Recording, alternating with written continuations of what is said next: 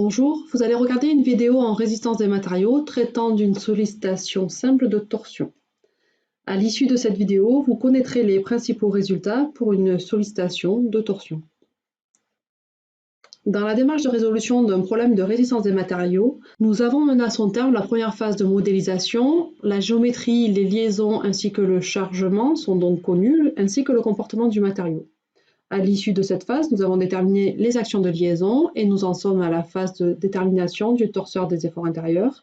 Torseur des efforts intérieurs qui nous permet d'identifier la nature de la sollicitation. Dans notre cas de figure, seul le moment de torsion est non nul. Il s'agit alors, à partir du torseur des efforts intérieurs, de déterminer le champ de contrainte dans la section droite, ainsi que le champ des déplacements. Concernant les déplacements en torsion, chaque section droite tourne autour de son axe d'une valeur θx. Sur la figure, le déplacement correspond à la distance pp secondes, qui est proportionnelle au rayon et qui vaut donc r dθx. En isolant un petit élément de matière, on constate que ce petit élément est cisaillé. La déformation des éléments P',P sont donc également proportionnelles au rayon. La déformation s'appelle gamma et elle vaut r dθx sur dx. Nous venons de définir la déformation des éléments P',P dans la section droite. Nous connaissons ainsi la relation sur gamma. Nous allons donc maintenant nous intéresser à l'évolution de la contrainte dans la section droite. La première chose à noter est le comportement linéaire du matériau. Nous avons donc une relation entre la contrainte tangentielle et gamma. Cette relation est tau égale à G gamma, G étant le module d'élasticité transversale. En prenant en compte cette relation, nous pouvons donc facilement établir une relation sur la contrainte, tau égale à Gr dθ de x sur dx, montrant que la contrainte tangentielle est proportionnelle au rayon petit r. Nous pouvons donc écrire que la contrainte tangentielle tau est égale à k fois r, car est le coefficient de proportionnalité. Nous venons de voir que les contraintes étaient proportionnelles au rayon petit r. Un premier résultat important est de noter que ces contraintes sont des contraintes tangentielles. Effectivement, elles appartiennent au plan de la section droite.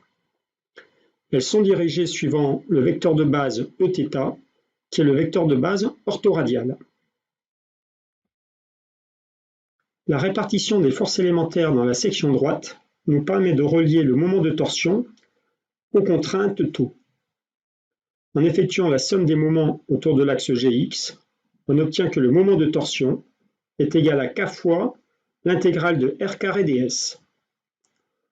On définit ainsi une nouvelle grandeur caractéristique de la section droite, qu'on appelle moment quadratique polaire par rapport à Gx, et qu'on nomme IGX. On en déduit alors la loi donnant la contrainte tau en fonction du moment de torsion. Tau de P est donc égal au moment de torsion mt divisé par IGX fois petit r. IGX est le moment quadratique polaire par rapport à l'axe Gx, et petit r est le rayon entre le point G et le point P. En conclusion, voici les résultats importants à retenir sur la sollicitation de torsion. Tout d'abord, l'expression du torseur des efforts intérieurs, où le seul terme qui est non nul est le moment de torsion. Le deuxième résultat important à retenir est celui de la contrainte. Donc tout d'abord, la relation donnant l'expression de la contrainte en fonction du moment de torsion, du moment quadratique et du rayon petit r. Mais il est essentiel aussi de retenir que cette contrainte est une contrainte tangentielle et qu'elle est donc proportionnelle au rayon petit r. Dernier résultat important à retenir est l'expression de l'angle unitaire de torsion dθ de x sur dx qui nous permet de calculer le déplacement de chaque point de la section. Cette relation est donc la suivante, mt égale GIGX dθ de x sur dx.